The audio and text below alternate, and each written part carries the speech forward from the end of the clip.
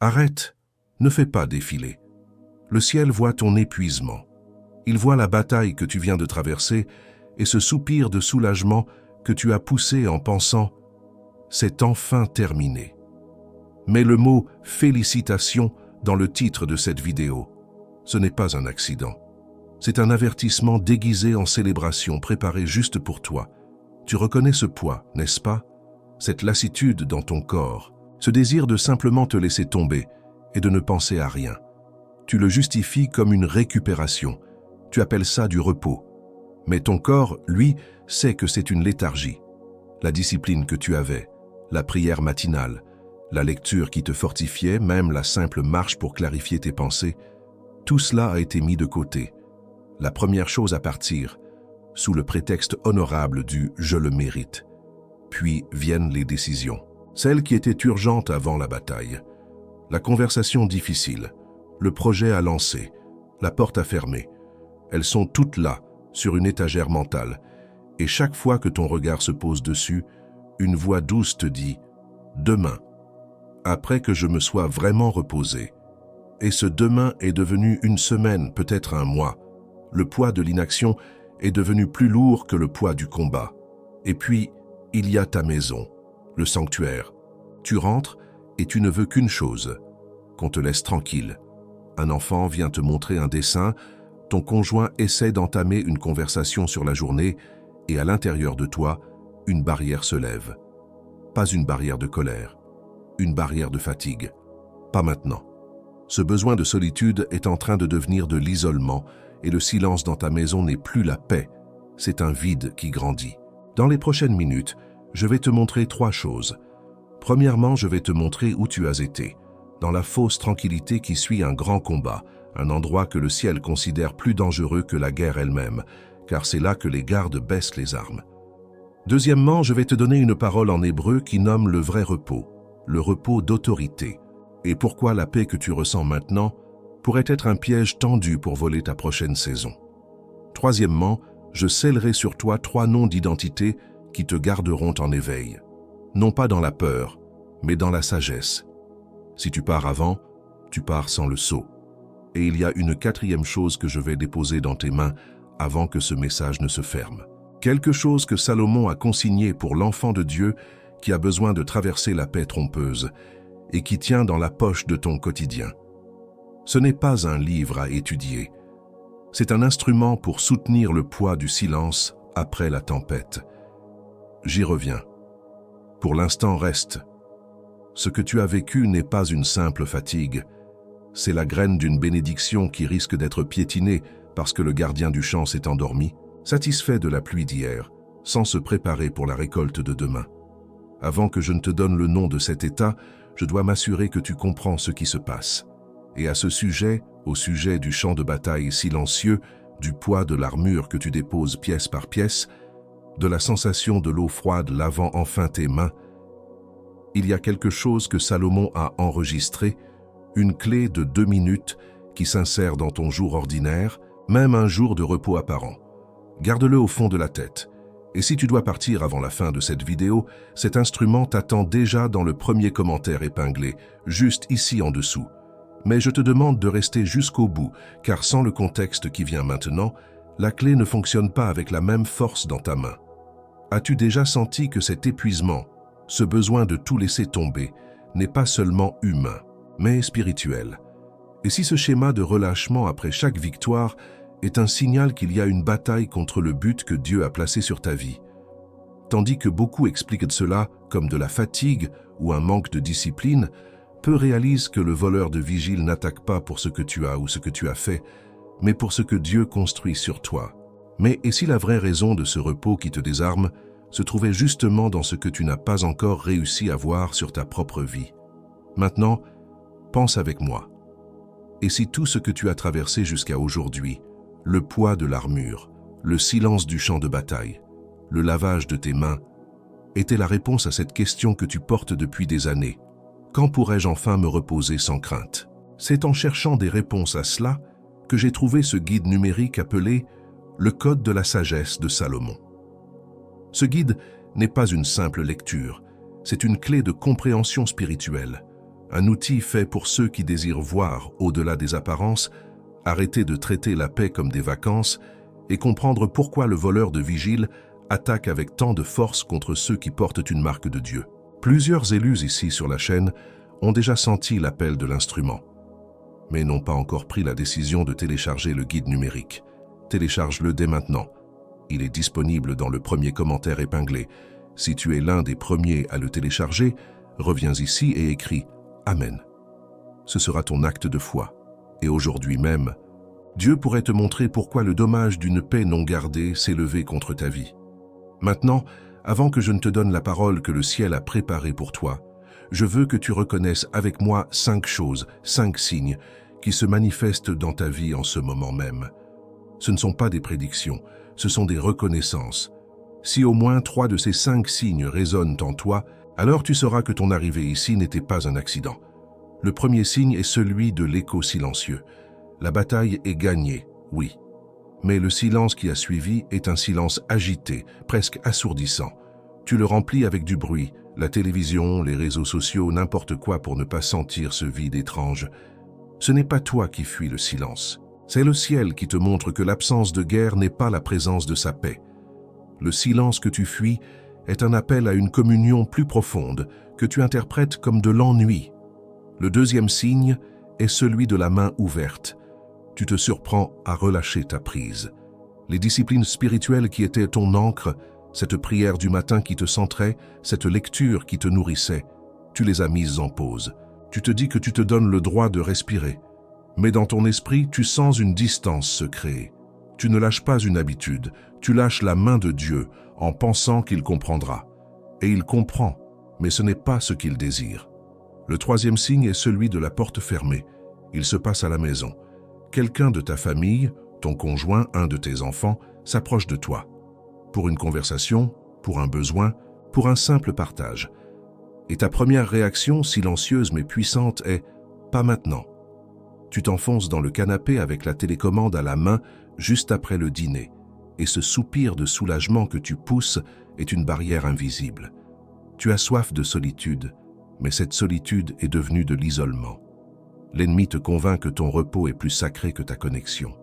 Et à propos de cette scène, ce moment précis sur le canapé, où le silence de la maison devient une excuse pour le silence de ton esprit.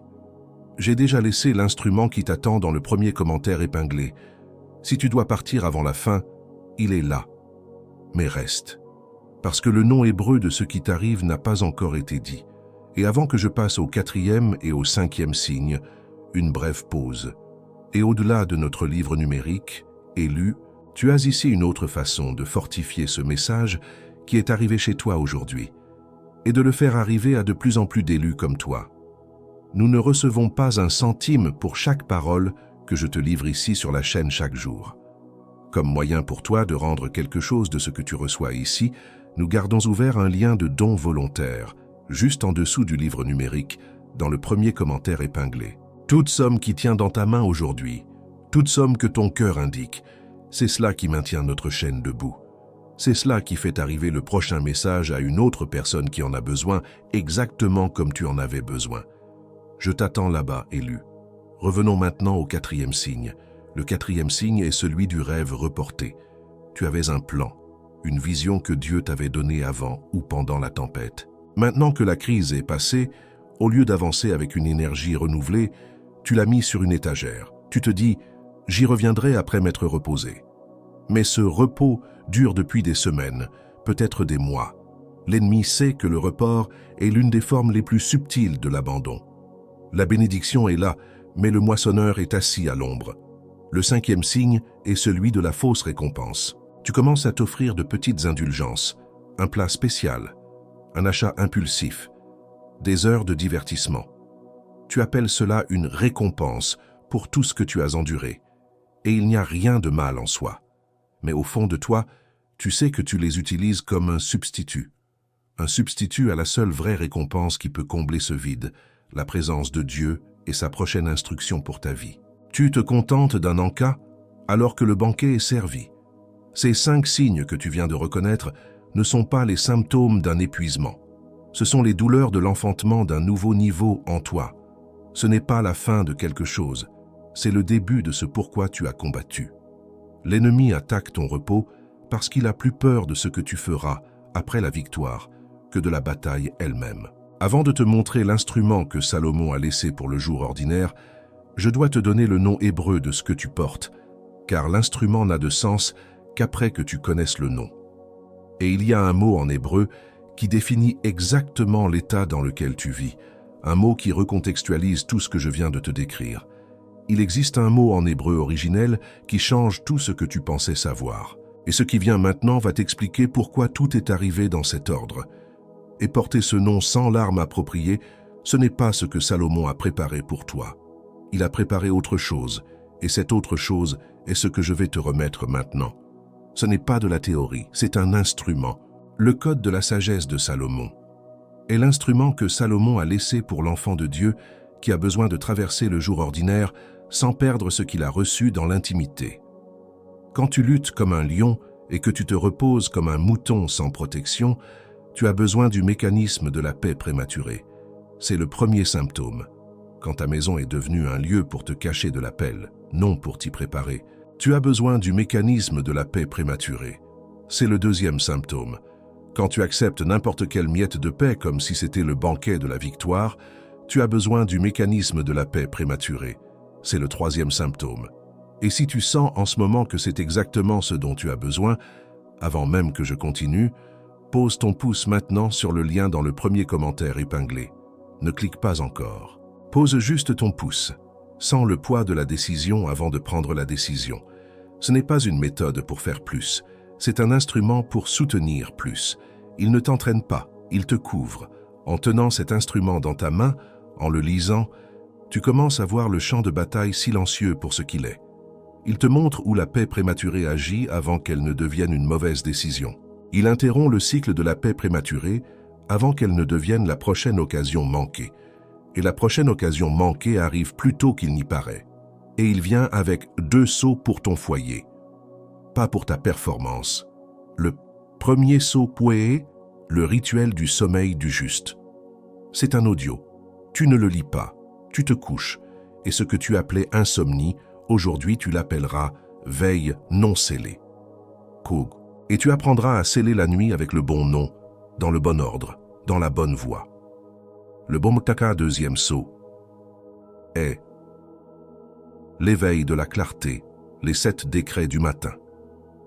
7 phrases courtes, une pour chaque matin de la semaine, pour que tu ne te réveilles plus sans identité, pour que tu traverses la première heure du jour avec la posture de celui qui a été envoyé, et non avec la posture de celui qui a été renversé. Et cette hésitation que tu ressens maintenant, ce n'est pas un doute, c'est la paix prématurée qui agit en toi en ce moment même, te poussant à fermer cette fenêtre. Tu reconnais ce schéma, l'heure de la prière et le sommeil est arrivé, l'heure de la Bible et le téléphone a sonné. L'hésitation que tu ressens maintenant est la confirmation que tu es exactement au point où le retournement se produit. Et c'est précisément pour cela que le bloc suivant existe. Tu as 7 jours complets pour l'utiliser et le sentir. 7 jours. Si en 7 jours l'instrument n'a pas touché ce qui doit être touché en toi, tu le retournes. Sans question, sans justification. Et les 2 sauts, le rituel et les décrets, restent avec toi même si tu le retournes. Ils sont à toi, sans condition. Mais je dois être direct avec toi. Le vrai risque n'est pas de dépenser qu'au moins qu'un déjeuner du jeudi à la boulangerie. Le vrai risque, c'est que la prochaine première heure du matin arrive et que tu sois toujours les mains vides. C'est ce risque qui a un visage. Et c'est de ce visage que je dois te parler maintenant. Et peut-être que tu te poses maintenant des questions qui méritent une réponse avant de continuer. Et si cet instrument est la première partie de ma récompense et non une autre tâche, c'est exactement ce que c'est. Ce n'est pas plus de travail, c'est la couverture pour le travail que tu as déjà fait. Combien de fois ai-je dit « demain » et ce lendemain n'est jamais arrivé comme je l'espérais? Le voleur de vigile se nourrit de tes demain. L'instrument est pour aujourd'hui, pour maintenant. Penses-tu vraiment que Salomon, l'homme le plus sage et le plus riche, facturerait cela plus qu'un café et un croissant? Le prix n'est pas une barrière, c'est un seuil, pour s'assurer que seuls ceux qui sont sérieux au sujet de leur appel le franchissent. Et pourtant, si tu ne veux que le guide, il est déjà suffisant. Mais la maison complète vient avec les 3. une femme de 38 ans, professionnelle indépendante, a commencé à utiliser le guide après des mois de fatigue qui semblaient coller à sa peau, même après une nuit de sommeil. Après la première semaine, appliquant le sceau de la nuit, elle m'a écrit une seule phrase. Je pensais que c'était de l'épuisement. C'était en fait un manque de couverture. Un homme de 42 ans, propriétaire d'une petite entreprise, reportait une décision cruciale depuis des mois, sentant le poids de cette indécision le paralyser. Après avoir utilisé la clé pendant 7 jours, il a passé l'appel qui a tout changé un mardi matin.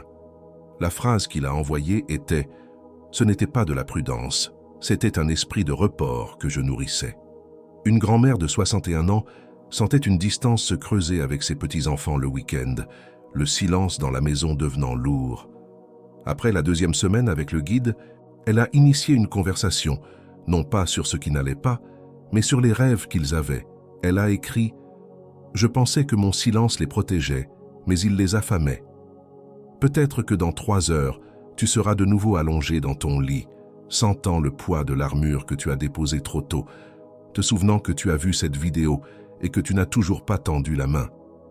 Peut-être que lundi matin prochain, la vague de la paix prématurée viendra et tu penseras « Je savais ce que c'était, je n'avais juste pas l'instrument en main. » Tu es dans ta chambre la nuit, la maison est silencieuse.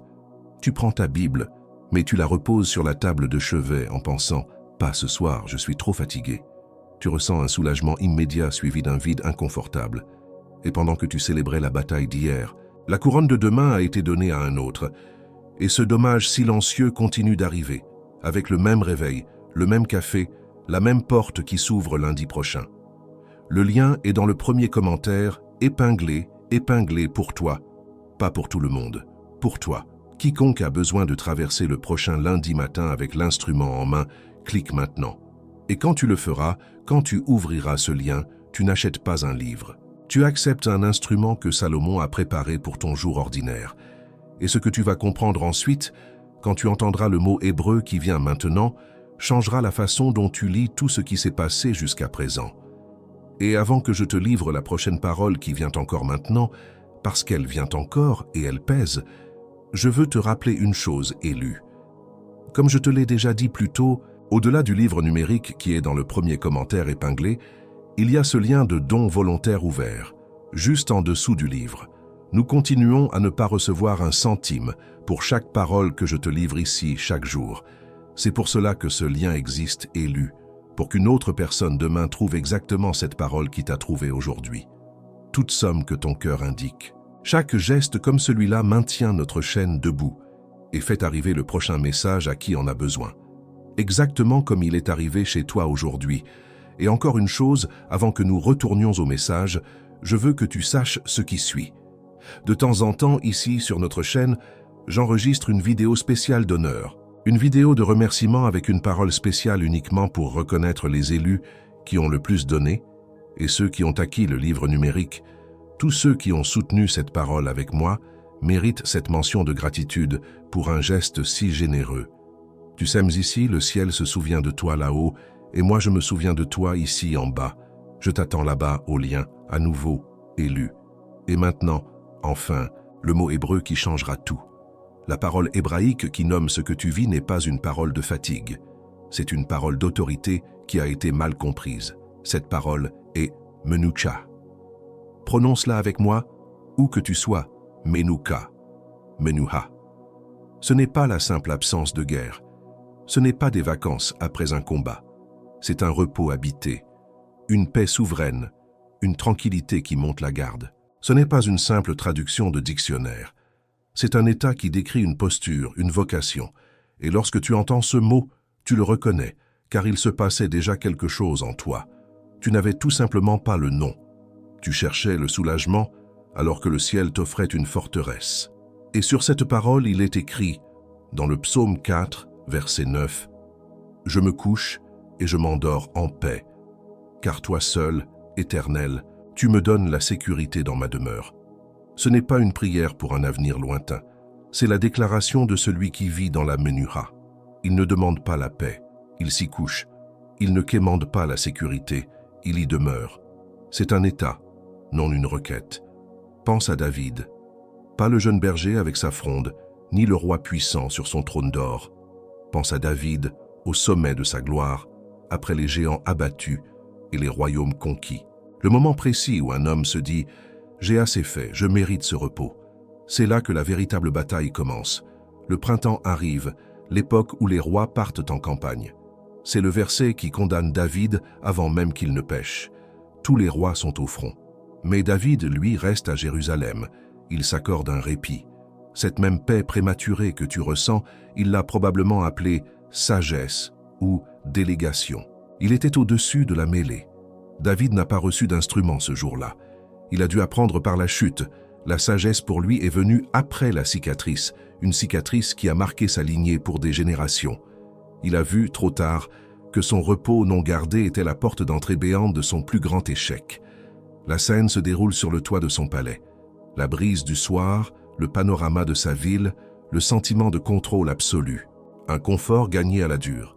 C'est dans cette absence de menace visible, dans cette fausse sécurité, que la véritable menace s'est approchée, non pas avec une épée, mais avec un regard. Le cycle ne s'est pas brisé. Il s'est accompli dans la tragédie. Ses yeux oisifs se sont posés sur Bethsabée.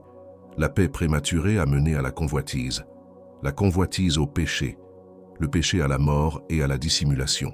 Le plus grand ennemi de David n'a pas été Goliath, mais une terrasse ensoleillée en temps de paix. David a appris de la manière la plus douloureuse qui soit, mais des siècles plus tard, son propre fils, Salomon, a consigné par écrit la sagesse exacte pour éviter cette même chute. L'instrument que Salomon a laissé, c'est ce qui t'attend dans le premier commentaire épinglé, pour que tu n'aies pas à apprendre par la cicatrice, mais par la sagesse. Tu te souviens de la graine dont je t'ai parlé au tout début de ce message? Celle qui attendait sous terre pendant que tu célébrais la pluie, pensant que le travail était terminé. Cette Menouha que tu viens de recevoir, c'est le nom de la garde que tu montes autour de cette graine qui germe. Le repos de l'ennemi, c'est de quitter le champ. Le repos de Dieu, c'est de veiller sur ce qui est en train de pousser. Et maintenant que tu as le nom, je dois te remettre 3 choses. D'abord, un résumé simple de ce qui vient de se passer. Ensuite, le diagnostic de ton type d'appel. Et enfin, 3 noms d'identité qui te porteront jusqu'à la fin de l'année. Commençons.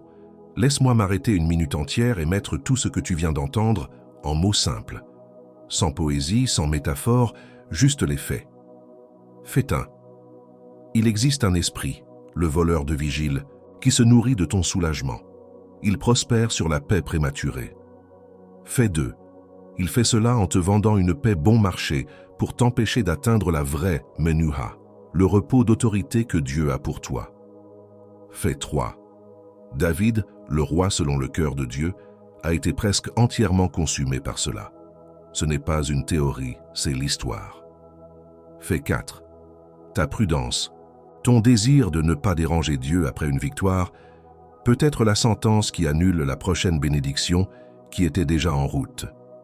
Maintenant, ceci dit, passons au type de ton appel. Le murmure du repos prématuré ne parle pas de la même manière à tout le monde. Il cible 3 types d'élus avec une précision chirurgicale. Pendant que je les décris, l'un d'eux va résonner en toi. Ne l'ignore pas. Le premier est le constructeur. Tu viens de terminer un grand projet. Pour ta famille, à l'église, au travail. Tu as posé la dernière pierre et le soulagement est immense. L'ennemi ne vient pas détruire ce que tu as construit. Il vient te convaincre que c'est assez bien. Il te murmure que les fondations sont solides pour que tu ne commences jamais à construire le prochain étage. Parce qu'il sait que c'est au prochain étage que la véritable gloire de Dieu devait se manifester à travers toi. Le deuxième est l'intercesseur, Git. Tu as été en guerre dans la prière, pour un être cher, pour une situation qui semblait sans espoir. Et la percée est arrivée. La victoire est tangible. Maintenant, l'ennemi t'encourage à prendre des vacances de la prière. Il te dit que tu as fait ta part. Il le fait parce qu'il sait que la victoire est une chose, mais la sceller et la protéger en est une autre. Il attend juste que tu quittes ton poste de sentinelle pour revenir et piller ce qui a été gagné. Le troisième est de le restaurateur. Tu as traversé un désert, une guérison émotionnelle, une restauration financière, une réconciliation. La douleur est partie et la joie est de retour. L'ennemi ne te tente pas avec la vieille douleur. Il te tente avec le confort. Il te dit, Profite de la vie maintenant, tu l'as méritée.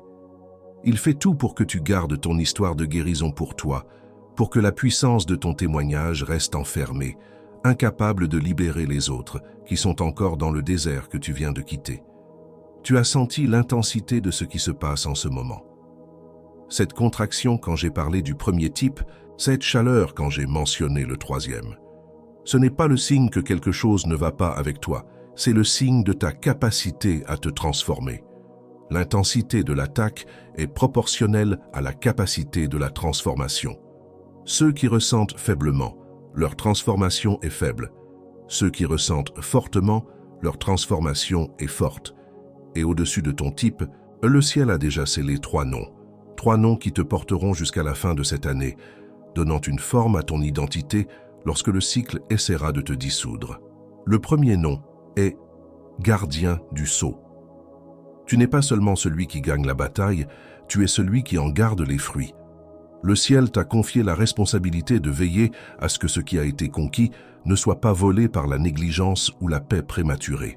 Tu es le gardien du sceau qui s'assure que la victoire d'hier devient la fondation de demain, et non une simple histoire du passé. Le deuxième nom est porteur de la paix forte. Ta paix n'est pas une absence de bruit, ta paix est une arme. C'est une atmosphère que tu portes et qui soumet le chaos autour de toi. Quand tu entres dans une pièce, l'anxiété recule. Quand tu parles, la confusion se dissipe. Tu ne cherches pas la paix, tu es la paix de Dieu pour les autres, une paix qui a le poids de l'autorité, une menuha en mouvement. Le troisième nom est sentinelle de l'aube. Tu es celui qui reste éveillé dans les dernières heures de la nuit, non pas par peur, mais par anticipation. Tu sais que l'obscurité qui précède l'aube est différente.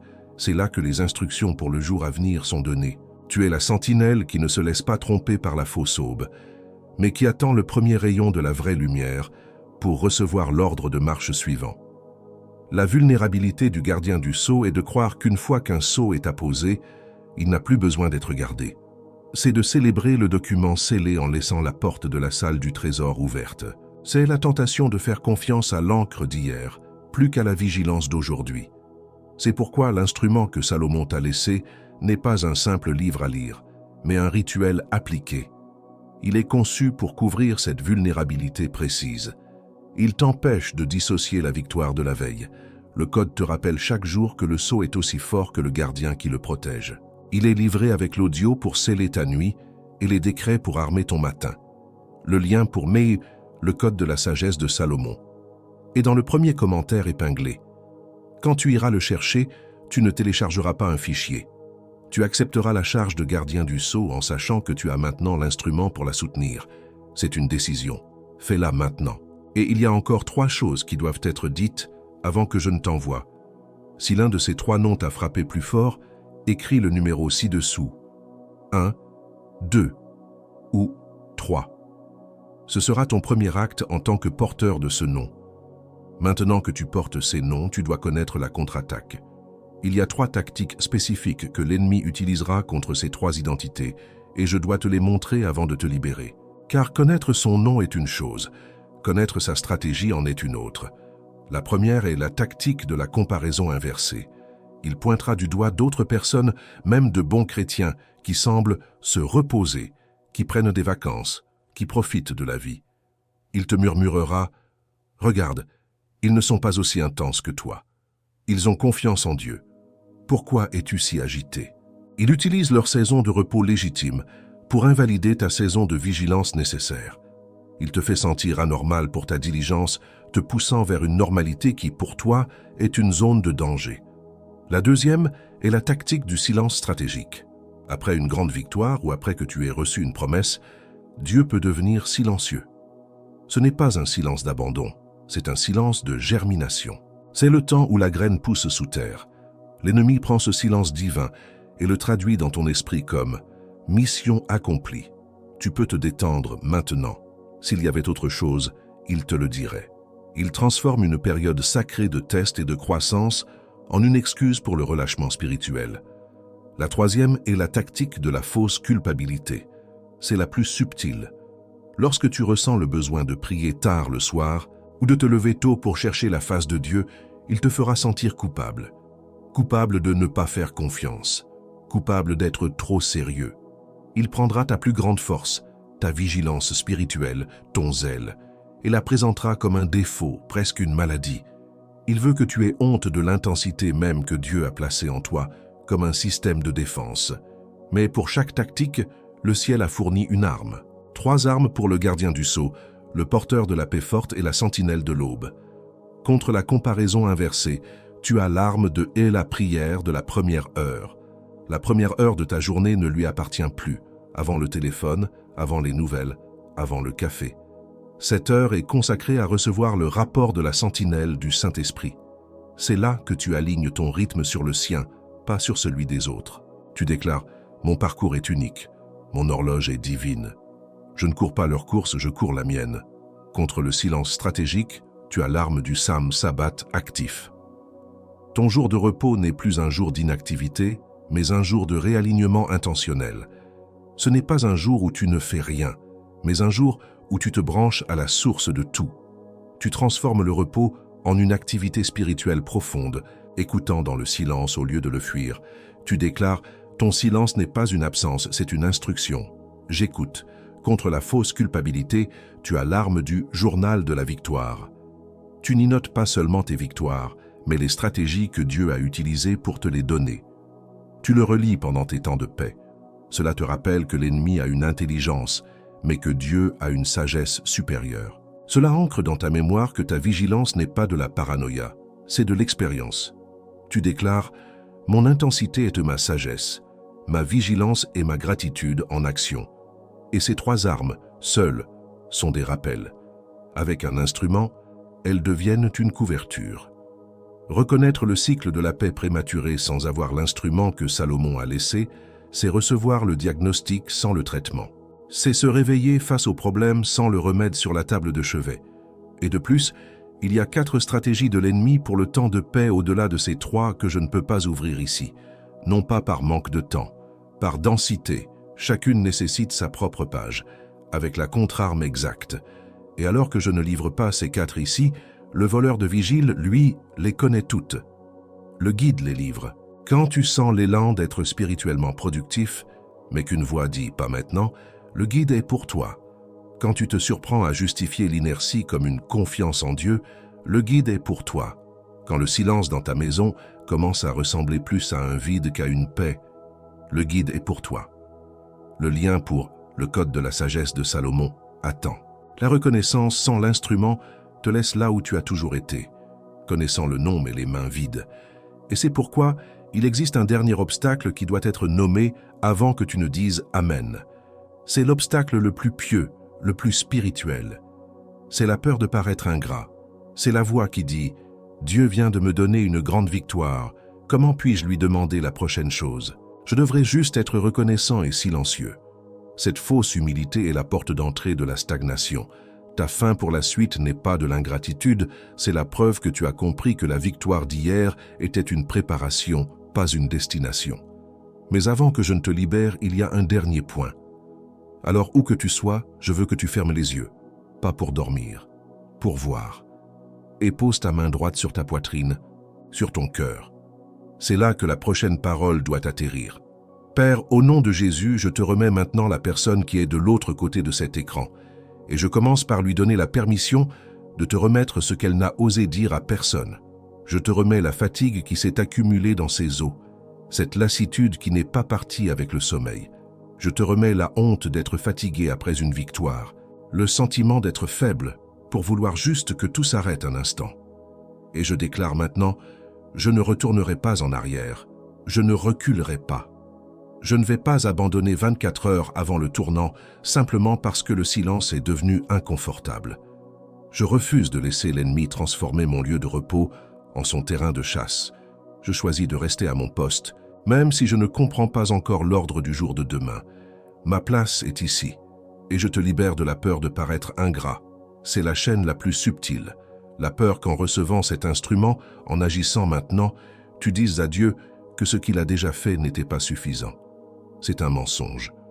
Ton urgence à recevoir est ton plus grand acte de gratitude. C'est dire « Père, je valorise tellement ce qui vient de toi que je refuse de le laisser dans la salle d'attente. Déclare-le à voix basse maintenant. Mon urgence est ma gratitude. Et enfin, je te libère de la voix de la disqualification. Cette voix qui dit que ces noms ne sont pas pour toi. Je les reçois maintenant, par la foi. Gardien du sceau, porteur de la paix forte, sentinelle de l'aube. Non pas pour m'en vanter, mais pour me souvenir, pour traverser ce qui vient avec ces noms dans ma bouche, dans ma posture, sur ma poitrine. Et avant la voix qui vient maintenant, je dois te dire une chose. L'intensité de ce que tu as traversé n'est pas la preuve que quelque chose ne va pas chez toi. C'est la preuve que tu es exactement ce que tu as toujours su que tu étais, quelqu'un qui porte quelque chose d'assez grand pour que l'ennemi veuille le faire taire avant même qu'il ne parle. Tu n'as pas été attaqué par hasard. Tu as été attaqué précisément là où ton identité cherche à se manifester avec le plus de force. Plus l'attaque a été lourde, plus tu es dangereux pour le royaume des ténèbres. La pression que tu as ressentie n'était pas un signe de faiblesse. C'était un signe de proximité du tournant. Si cela te touche maintenant, écris ci-dessous. Je reçois le tournant. Je t'ai vu t'enfoncer dans ce canapé, la télécommande à la main, ton corps soupirant de soulagement tandis que ton esprit criait en silence. Je t'ai vu fermer la porte de la conversation, non par méchanceté, mais par épuisement, pensant que le silence te guérirait, sans réaliser qu'il ne faisait qu'approfondir la blessure de l'isolement. Je ne t'ai jamais perdu de vue, pas une seule seconde. Le siège à ma table qui porte ton nom n'a jamais été offert à quelqu'un d'autre. Pendant que tu te sentais distant, j'attendais simplement que tu lèves les yeux pour voir que je n'avais pas bougé. Ce que tu appelais repos mérité, je l'appelais désarmement prématuré.